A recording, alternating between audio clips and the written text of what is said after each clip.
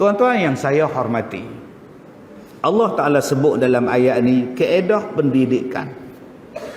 Kaedah pendidikan, allama bil qalam, menulis. Allama bil qalam. Tuan-tuan tengok ni.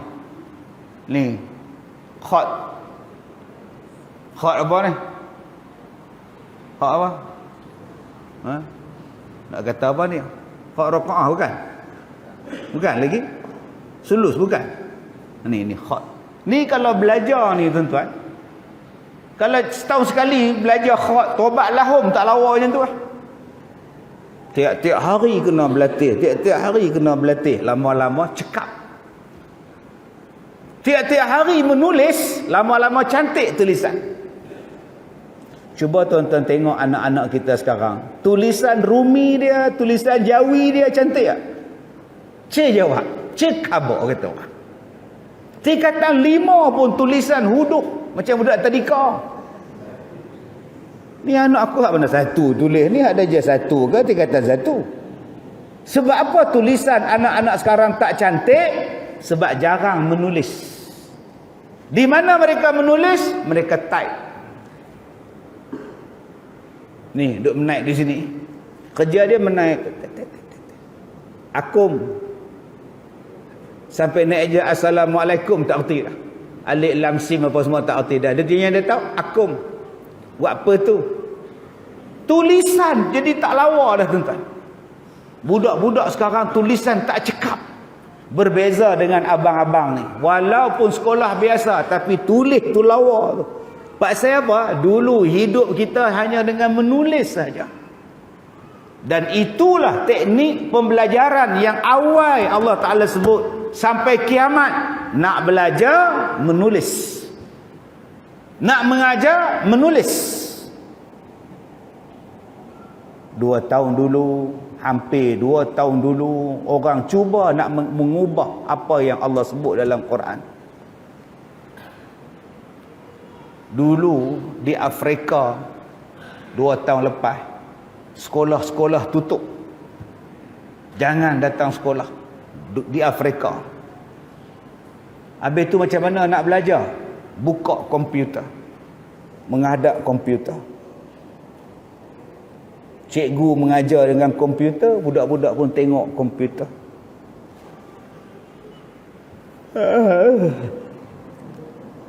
Lama-lama cikgu seorang mengajar. Budak-budak pergi buka cerita TikTok. Budak-budak pergi buka game. PIBG lah apa. Hampir 2 tahun tuan-tuan. Mengubah apa yang Allah Ta'ala sebut dalam Quran. Cubaan mengubah. Sebab tu saya kata awal-awal dalam ceramah saya tadi, Al-Quran ni huda, petunjuk. Bila berlaku satu-satu benda, bukalah dalam Quran. Dapatlah jawapan. Oh, tak boleh belajar macam tu. Oh, tak boleh belajar macam tu. Tak boleh, tak boleh, tak boleh. Dia tak akan sampai kepada martabat ilmu. Tak akan dapat ilmu. Cikgu tak dihormati. Ilmu tak dihormati. Ilmu tidak ditulis. Kamu tidak berada dalam keadaan talaqi. Kamu tidak ada dalam keadaan musyafahah. Akhirnya keberkatan ilmu tidak ada. Bila cikgu buka sekolah balik, anak murid datang sekolah balik, ramai budak-budak tidak akan mau datang sekolah. Sebab selama hampir 2 tahun lebih mereka seronok duduk dalam keadaan macam itu. Yang mana duduk di Mahat Tafiz 2 tahun tak hafal Quran, balik cuti 2 tahun nak datang balik tak mau dah, malas dah aku berhenti tahfiz. Ini yang akan berlaku. Sebab tu Allah Ta'ala kata apa? Allama bil qalam.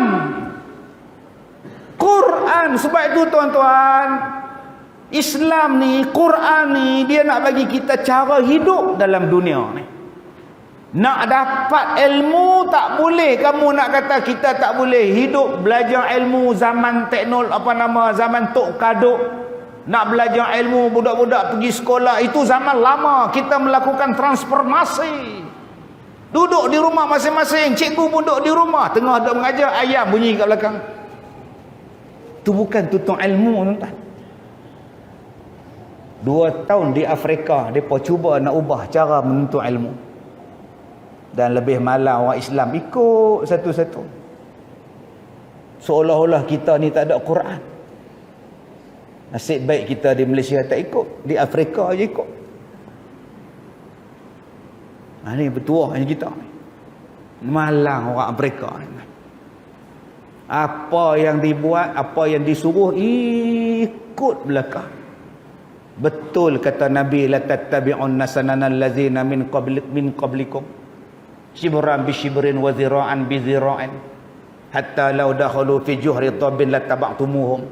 Kamu akan ikut jejak langkah Yahudi dan Nasrani sejengkai demi sejengkai, sehasta demi sehasta, sehinggalah kalau mereka masuk dalam lubang biawak pun kamu ikut. Seolah-olah kamu tak ada Nabi, seolah-olah kamu tak ada Quran. Seolah-olah Quran ni hanya untuk musabaqah, Quran ni hanya untuk Ramadan, tadarus, Quran ni hanya untuk Yasin malam Jumaat dan baca talqin, dikubur kalau mati. Dia tak jadi. Ni sekarang ni kita menghadapi masalah ni. Macam mana budak-budak sekolah tetap belajar. Allama bil qalam. Sebab itu ustaz, macam mana ustaz kata allama bil qalam? Ustaz hafal Quran, macam mana menulis dengan pen? Mana ada orang hafal Quran menulis dengan pen? Tuan-tuan tahu tak? Budak-budak yang hafal Quran, kita bagi dekat dia ni, muka surat ni kosong. Muka surat ni kosong. Nah, tulis. Tulis Quran. Apa yang kamu hafal, kamu tulis. Dia tulis balik tu. Ma nansakh min ayatin aw nunsiha na'ti bi khairin minha aw mithliha. Dia cek balik. Ma nansakh baris di atas, ma nansakh nun mati jumpa sin mati, sakh ada kha ni, tak ada kha, tak ada titik, dia bubuh balik. Setiap satu baris satu ayat, okey, ma nansakh min ayatin, Allah, silap pula dah. Dia suruh. Habis satu muka surat pergi hantar kat cikgu. Ustaz semak. Tu di mana tu? Tu di sekolah saya. Dia bukan setakat hafal di mulut, tulisan pun dia kena tulis. Bagi dekat dia satu Quran kosong. Ada makcik di sekolah saya tuan-tuan, dia dah tulis 30 juzuk Quran. Umur dia 87 tahun. 87 tulis Quran. Dan dia baca Quran sekarang, Quran yang dia tulis. Subhanallah, Masya Allah, Tabarakallah tuan-tuan.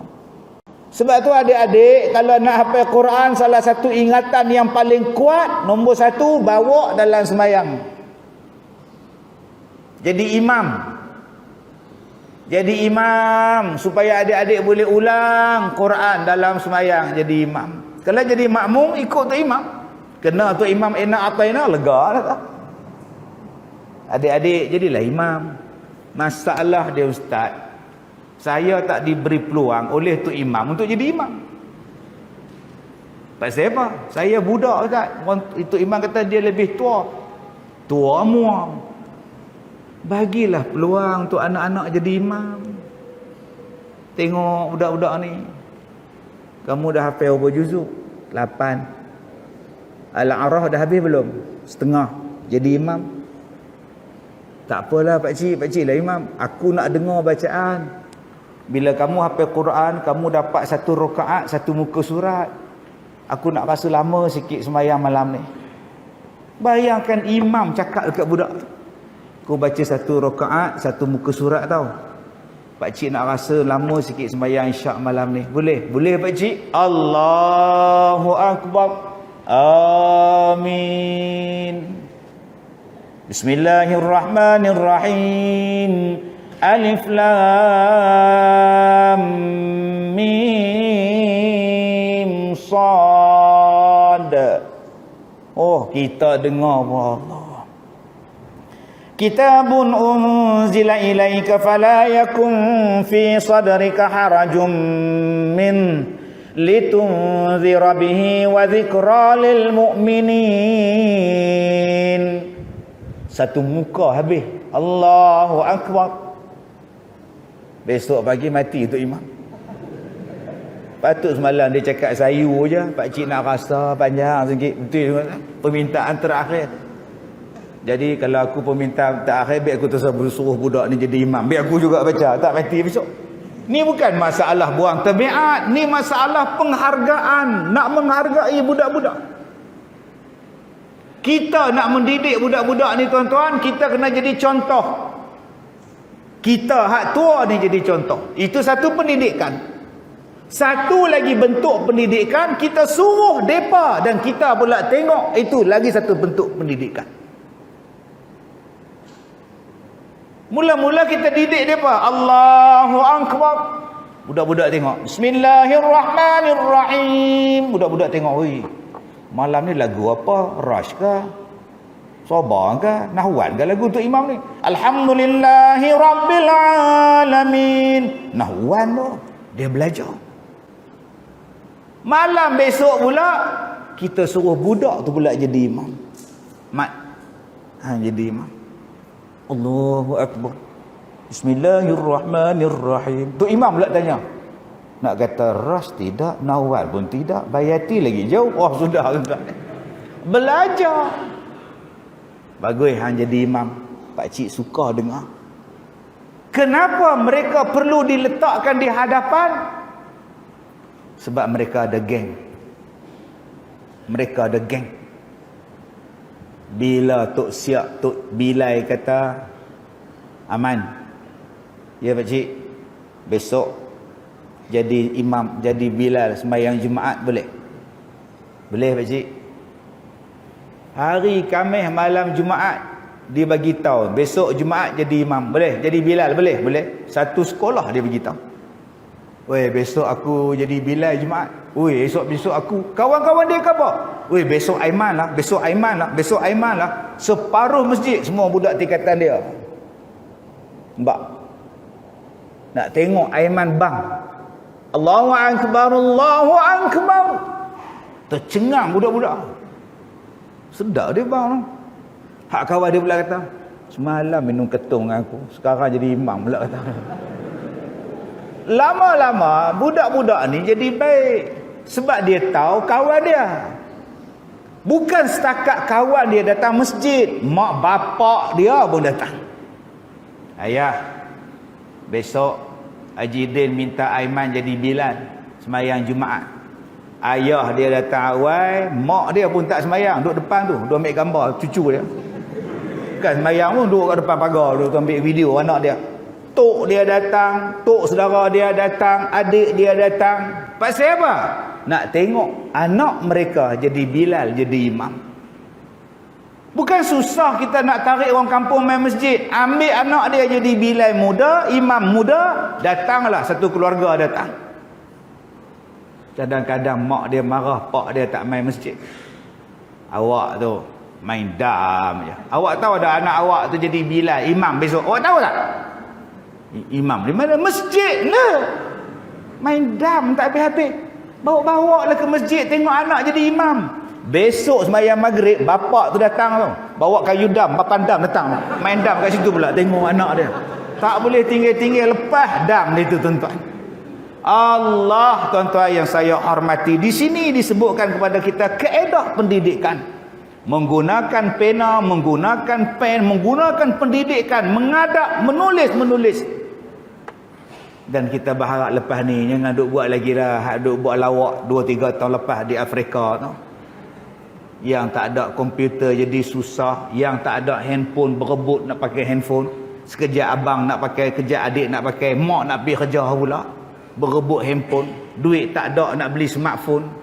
Bukan macam tu lagi tuan-tuan. Baliklah pada Quran. Kamu jangan takut. Allama bil qalam kata Allah.